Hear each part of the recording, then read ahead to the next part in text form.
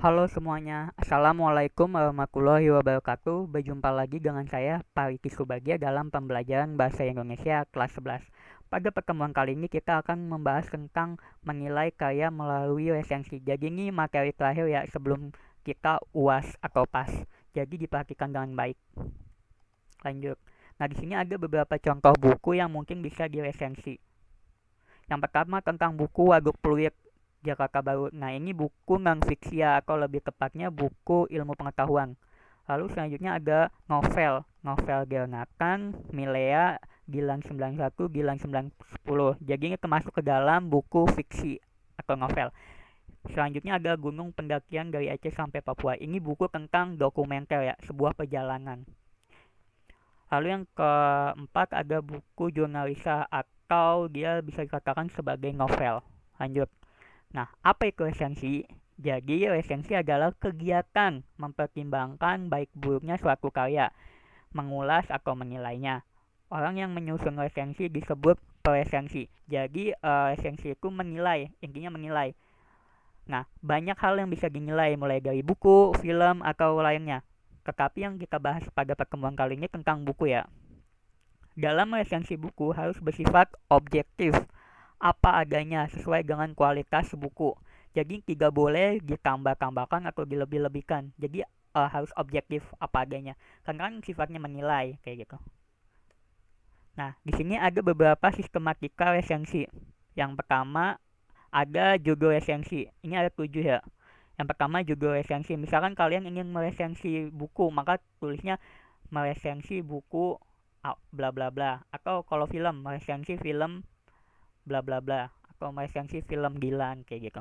Nah, yang kedua ada identitas buku yang diresensi. Ini wajib ditulis ya. Ada 7 hal yang wajib ditulis. Tetapi yang ketujuh ini sifatnya tentatif sih. Yang pertama ada judul buku. Judulnya itu wajib ditulis. Misalnya judulnya tentang apa gitu.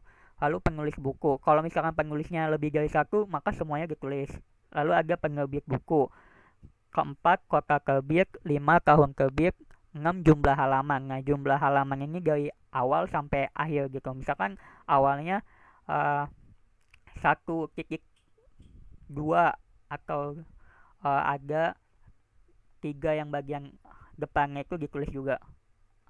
Nah, yang ketujuh harga buku. Biasanya ini bersifat tentatif ya. Bisa ditulis, bisa enggak. Kalau misalkan enggak tahu harga bukunya, enggak usah ditulis, enggak apa-apa. Lalu yang ketiga pendahuluan. Nah, biasa kalau pendahuluan ini berisi tentang tujuan pengarang menulis buku itu, atau buku itu tentang apa sih gitu. Tapi secara garis besar. Misalkan pengarang menulis buku ini karena membahas tentang bla bla bla. Nanti ada contohnya. Kita lihat contohnya nanti. Nah, yang keempat inti atau esensi. Nah, di sini ditulis tuh di dalam buku itu membahas apa aja. Misalkan di buku itu ada 5 bab, maka ditulis 5 bab. Bab satu tentang apa, bab 2 tentang apa. Tetapi secara garis besarnya aja. Dari bagian awal sampai akhir.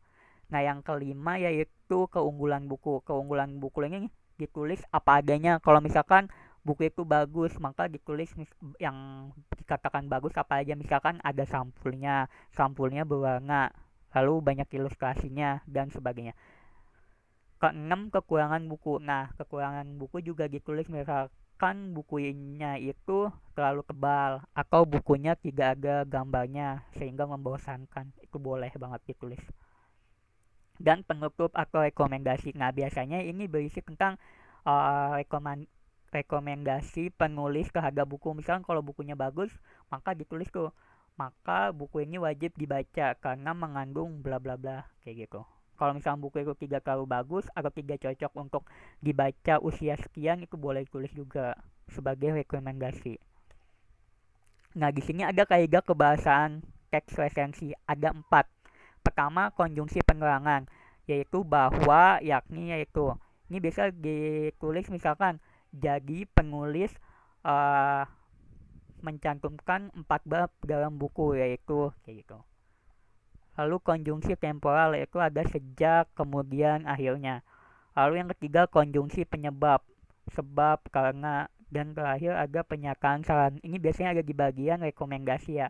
Harus, hendaknya, jangan. Kalau misalkan buku itu tidak bagus, maka ditulis hendaknya jangan membeli buku ini, atau buku ini hendaknya tidak dibaca oleh uh, seseorang yang masih di bawah umur kayak gitu. Nih, ini ada contohnya cara meresensi buku.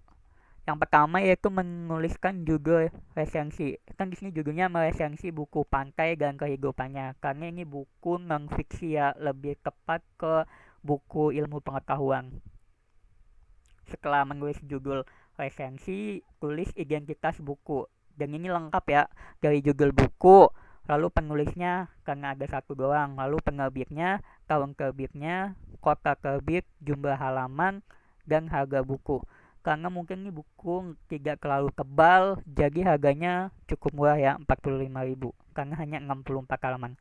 Setelah menulis identitas secara lengkap, lalu menuliskan pendahuluan. Nah, di sini si presensi menulis bahwa pengarang buku ini mengungkapkan bahwa pantai itu manfaatnya bukan hanya sebagai tempat rekreasi, tetapi juga memiliki manfaat-manfaat yang lain, kayak gitu.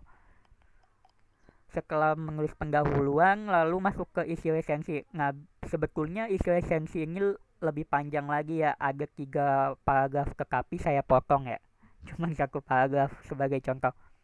Nah, si presensi menuliskan tuh manfaat-manfaat dalam buku itu apa aja, atau manfaat-manfaat pantai, tetapi ditulis secara umum, tidak detail. Setelah itu menulis keunggulan buku. Nah, si presensi menulis ada 3 keunggulan dalam buku ini. Yang pertama informatif, karena sifatnya buku ilmu pengetahuan, jadi berisi informasi. Lalu lengkap, pasti dong lengkap ya, karena membahas tentang pantai dan laut mungkin, dan logis atau masuk akal. Yang kedua menggunakan kalimat yang sederhana sehingga memudahkan yang membacanya, jadi mudah dipahami bahasanya, tidak terlalu sulit. Dan yang ketiga terdapat gambar yang relevan, jadi gambar itu sebagai penunjang sehingga tidak terlalu bosan gitu terhadap tulisan saja. Selain itu juga sebagai pencuci mata ya, karena ada gambar pantai. Lalu selanjutnya kekurangan buku. Di sini dia menuliskan ada 2 kekurangan. Yang pertama desainnya tidak menarik. Ini sifatnya kayak objektif menurut penulis ya. Tetapi bagi penulis ini tidak menarik tidak menarik, tetapi bisa jadi untuk orang lain ini menarik. Jadi tulis saja sesuai kemampuan penulis gitu. Lalu yang kedua menurut presensi gambar yang disajikan tidak berwarna. Oh, jadi walaupun ada gambar yang relevan tetapi tidak berwarna, hitam putih gitu mungkin ya. Jadi kurang menarik atau sebagai kekurangan dalam buku ini. Nah, penutup, si penulis menuliskan bahwa buku ini sangat direkomendasikan dan cocok bagi pecinta laut untuk mengenal pantai dan kehidupannya. Jadi buku ini wajib dibaca bagi yang menyukai pantai dan sekitarnya gitu.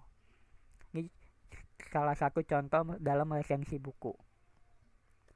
Dah, terima kasih. Semoga setelah kalian melihat